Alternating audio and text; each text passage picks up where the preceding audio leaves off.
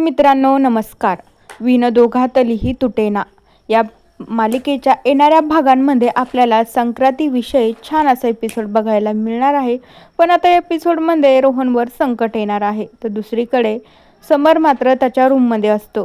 तर स्वानंदी त्याच्याकडे येते, कारण की आदिरा कित्येक दिवस झाले इकडं समरच्याच घरी राहत होती आणि रोहन आणि तिच्यामध्ये चांगलाच थोडाफार वाद झाला होता. त्याच्यामुळे आता स्वानंदी समरसोबत बोलण्यासाठी येते. समरला म्हणू लागते, आता मकर संक्रांतीविषयीनं आपल्याला आता मनावर घ्यावंच लागेल. आदिरा आणि रोहनला एकत्र आपल्याला आणायचंच आहे. तर आता ते दोघे जण एकमेकाला प्रॉमिस करतात की आपण त्या दोघांना एकत्र आणून दाखवायचं आहे. समरला मात्र आवडत नसतं, पण आदिरासाठी तो काही करायला बसलाय, त्याच्यामुळे तोही होकार देतो. तर दुसरीकडे मल्लिकाला माहिती होतं की मकर संक्रांती निमित्त आता स्वानंदी आणि समर त्या रोहनला इकडं बोलवणार आहे.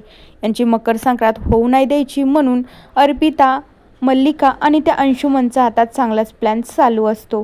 तर मल्लिका म्हणू लागते की अंशुमन आता आपल्या आदिरासोबत छान अशी मकर संक्रांत पार पाडण्यासाठी तो बावळट मूर्ख रोहन तिकडनं येणार आहे. तो इथं कसा नाही पोहोचला पाहिजे याची जिम्मेदारी तुझ्याकडं. तो इथं आलाच नाही पाहिजे. मल्लिका मात्र हे सगळं अंशुमनला सांगत असते. तर दुसरीकडे स्वानंदी म्हणू लागते की प्लीज राजवाडे, मी काय म्हणते ऐकून तर घ्या. आपण दोघा जणांनी प्रॉमिस करून आदिरा आणि रोहनचा संसार पहिल्यासारखा करून दाखवायचा, कारण की ते दोघं जण कित्येक दिवस झाले दोघांपासून लांब राहतात. त्यांना एकत्र आणायचं. आदिराही मात्र रोहनसोबतच खुश राहते, कारण की तिचं इथं अजिबातच मन लागत नाही. पण तेवढ्या वेळामध्ये स्वानंदी मात्र हे सगळं समरला समजून सांगते आणि समरला ही अट मान्य राहते. तर दुसरीकडे रोहन मात्र तिकडनं इकडं स्वानंदीच्या घरी आदिराला भेटण्यासाठी येत असतो. तर तो बाईकवर येत असतो.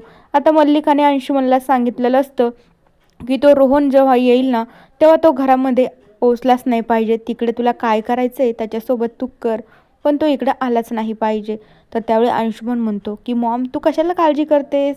तो इथे येऊ शकत नाही, याची जिम्मेदारी तू माझ्यावर सोड. तो कसा इथे तो मकर संक्रांत करायला ना, मी पण बघतोच. तर मल्लिका खूप खुश होते. तर अंशुमन त्याच्या कामाला लागतो. अंशुमन आता एखाद्या व्यक्तीला पैसे वगैरे देईल आणि रोहनला उडवून टाकायचा काहीतरी प्लॅन करतील.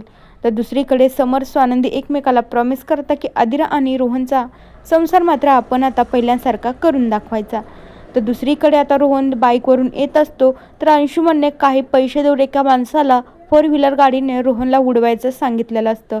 तर जेव्हा रोहन बाईकहून येत असतो, त्याच्या पाठीमागे 4 व्हीलर गाडी येते आणि रोहनला उडवून टाकतात.